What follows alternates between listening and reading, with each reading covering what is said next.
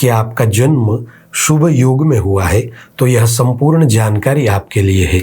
जय गुरुदत्त, मैं तेजस त्रिवेदी आप सभी का श्री दत्त वैदिक एस्ट्रोलॉजी चैनल पर स्वागत करता हूं। प्रिय दर्शकों, वैदिक पंचांग में प्रमुख 27 योगों का उल्लेख किया गया है और साथ ही इन 27 योगों का अत्यधिक महत्व भी बताया गया है।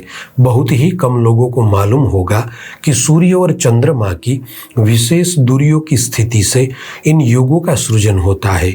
वैदिक पंचांग में कुल मिलाकर 27 योग बताए गए हैं, जिसमें से 8 योग ऐसे हैं जो बहुत ही अशुभ माने जाते हैं।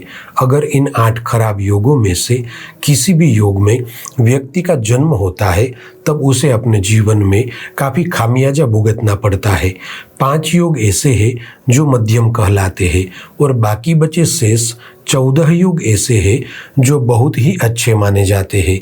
यदि इन 14 प्रभावशाली योगों में से किसी भी एक योग में व्यक्ति का जन्म होता है तो उसे बहुत ही शुभ माना गया है। तो आज हम विस्तृत चर्चा करेंगे इन 14 प्रभावशाली योगों में से शुभ योग के बारे में कि वास्तव में शुभ योग क्या है और जिनका भी जन्म शुभ योग में हुआ हो उन पर इस योग के क्या क्या प्रभाव रहेंगे। साथ ही चर्चा करेंगे कि इस योग में जन्मे लोगों का स्वभाव कैसा होता है इनका व्यक्तित्व। ऐसी सभी दिलचस्प बातों के बारे में आज हम जानेंगे। अतः इस वीडियो में हमारे साथ अंत तक बने रहे और अगर अभी तक आपने हमारी चैनल को सब्सक्राइब नहीं किया है तो कृपया सब्सक्राइब कर ले और बेल आइकन को प्रेस कर दे ताकि ऐसी ही महत्वपूर्ण जानकारी आपको प्राप्त हो। दर्शक मित्रों, शुभ योग को अत्यधिक श्रेष्ठ माना गया है। अगर किसी भी जातक का जन्म इस योग में होता है तो वह बड़ा ही भाग्यशाली होता है। इस योग की अधिष्ठात्री देवी रिद्धि है और इस योग के प्रमुख ग्रह बृहस्पति है। अतः शुभ योग में जन्मे लोगों पर बृहस्पति ग्रह का अधिक प्रभाव रहता है और इन पर माँ रिद्धि की कृपा भी बनी रहती है। शुभ योग में जन्मे जातक सुगठित और संतुलित होते हैं। ये लोग प्रभावशाली, सुंदर और गौर वर्ण के होते हैं।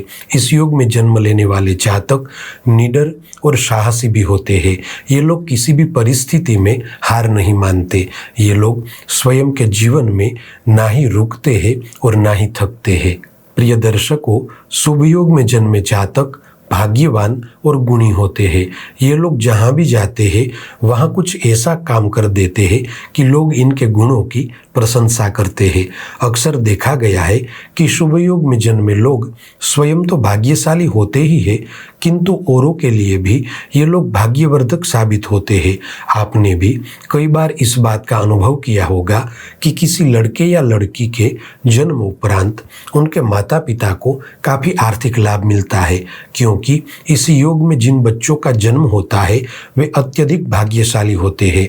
ऐसे बच्चों के जन्म उपरांत उनके माता पिता को अनायास धन लाभ होता है और आर्थिक स्थिति में सुधार आता है। दर्शक मित्रों, शुभ योग में जन्मे लोग तार्किक और कुशाग्र बुद्धि के होते हैं। इन्हें किसी भी तर्क में हराना आसान नहीं होता। ये लोग आस्तिक, उदारवादी और आध्यात्मिक किस्म के होते हैं। हमेशा से ही ये लोग ज्ञान की खोज में प्रवृत्त रहते हैं। यदि बात करें इनके करियर की तो ये शासकीय सेवा, न्यायपालिका, शिक्षा विभाग, ज्योतिष विभाग, लेखांकन कार्य, प्रेस रिपोर्टर, राजकीय क्षेत्र और धर्म से जुड़े क्षेत्रों में अच्छा काम कर सकते हैं। विशेष तौर पर इन्हें एकांत में रहना बहुत पसंद होता है। शुभ योग में जन्मे जातक बाल्यकाल से ही उच्च शिक्षा के प्रति समर्पित होते हैं। इसी कारण यह लोग बड़े पद पर आसीन भी रहते हैं। शुभ योग में जन्मे जातक दिखने में सुंदर व सुशील होते हैं। साथ ही ये लोग क्रियाशील भी होते हैं। इतना ही नहीं बल्कि इस योग में जन्मे जातक ईमानदार, सत्यनिष्ठ और काफ़ी स्पष्टवादी होते हैं। ये लोग लगातार अपने प्रयासों से और कड़ी मेहनत से स्वयं के जीवन में आगे आते हैं।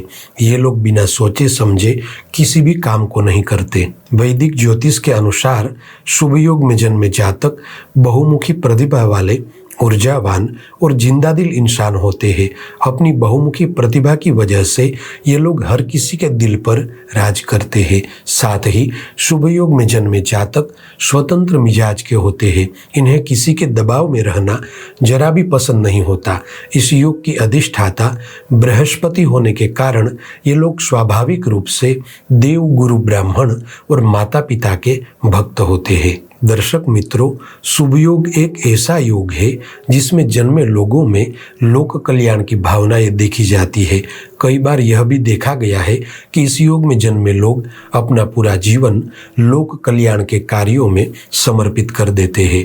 दर्शक मित्रों, अक्सर यह भी देखा गया है कि इस योग में जन्मे जातक भोले होने की वजह से दूसरों की बातों पर जल्दी से विश्वास कर लेते हैं और इसी कारण कई बार यह लोग झूठ और फरेब का शिकार भी बनते हैं।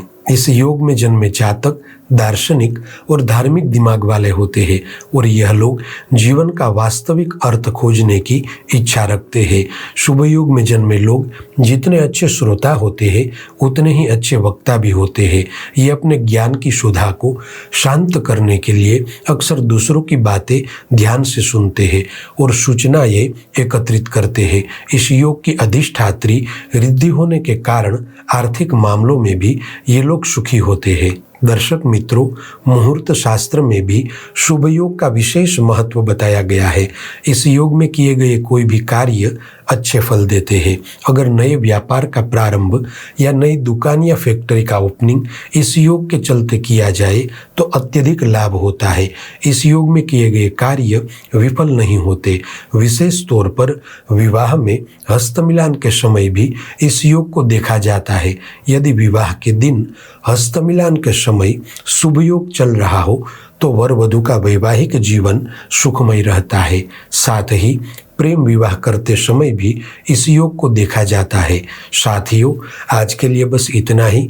ऐसी ही ज्योतिष से संबंधित जानकारी के साथ अगले वीडियो में फिर से मिलेंगे। और हाँ, इस वीडियो को ज़्यादा से ज़्यादा शेयर करें ताकि सभी लोगों तक यह महत्वपूर्ण जानकारी पहुंच सके।